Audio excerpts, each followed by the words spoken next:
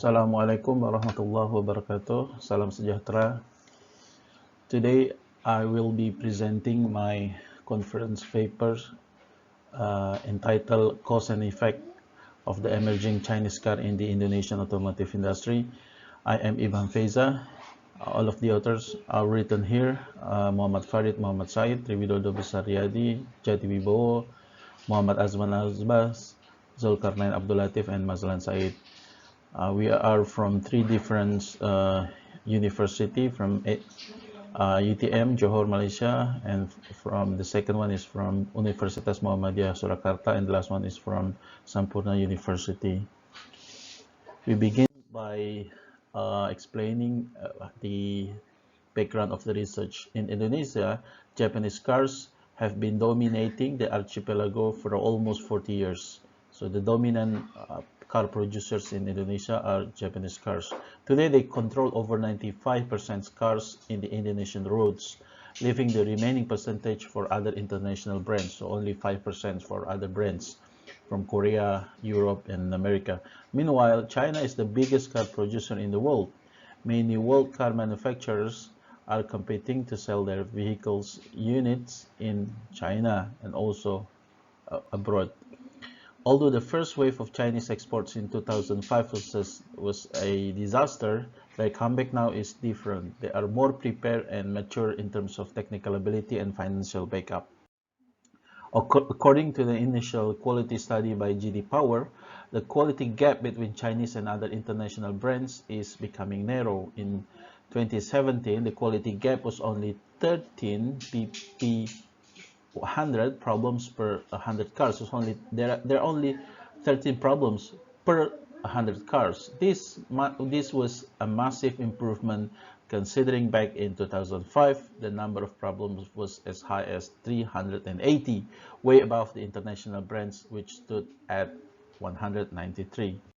So the objective of this study, despite its recent improvement, is difficult to measure Chinese car market performance in Indonesia. Therefore, this study aims to analyze the effect of two Chinese car makers' arrival, Wuling and Sokon, these two brands, because only Wuling and Sokon who firstly entered the Indonesian market in the Indonesian automotive industry.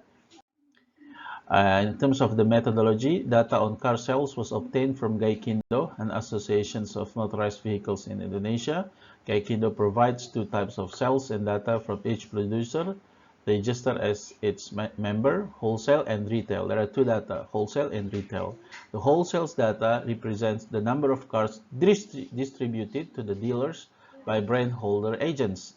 Retail data, on the other hand, represents how many cars are sold and shipped from dealers to the end customers. So therefore, the retail sales reflect better actual market performance and is used in this study to analyze the positioning of Chinese car manufacturers.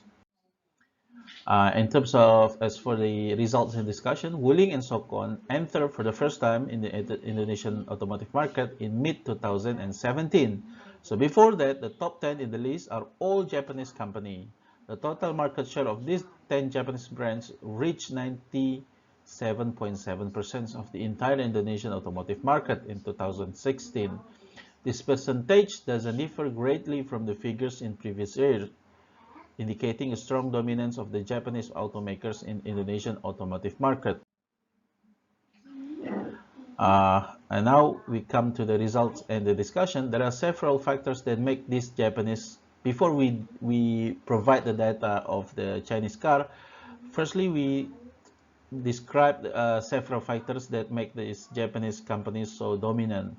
Fundamentally, they are able to conquer Indonesia for three reasons: investment in car component manufacturing facilities, willingness to adapt to new regulation, and the establishment of countless dealerships throughout the country. And after Wuling and Sokon entered Indonesia officially in the middle of 2017, the landscape of the automotive industry changed slightly. This can be seen in table 2 here. See here, still when the Wuling and Sokon for the first time entered the Indonesian market, the top 10 are still dominated by the Japanese company, but they rank up to position number 13 in 2017, these two Chinese cars. Okay.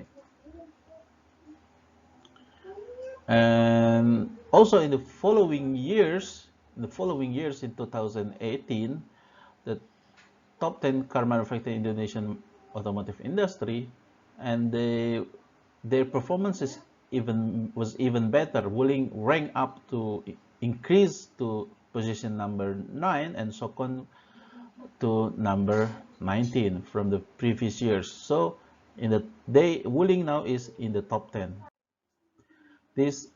But in comparison between Sokon and Wuling, as you can see from these figures, that actually Wuling has far better performance than Sokon. So Wuling sold many cars compared to the Sokon, as we can see from these figures. So for the conclusions, 3 reasons have been identified to the success of Wuling and Sokon in their first 2 years of operation in Indonesia. First is the better perception of Chinese products towards Indonesian customers. One important factor of the market performance of Wuling cars sales in Indonesia is the improved image of Chinese products such as Huawei and Xiaomi. So this helps the Indonesian customers to be familiar with the Chinese product.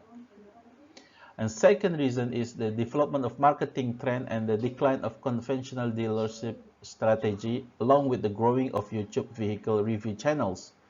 Indonesian people are now increasingly well informed in choosing their dream car.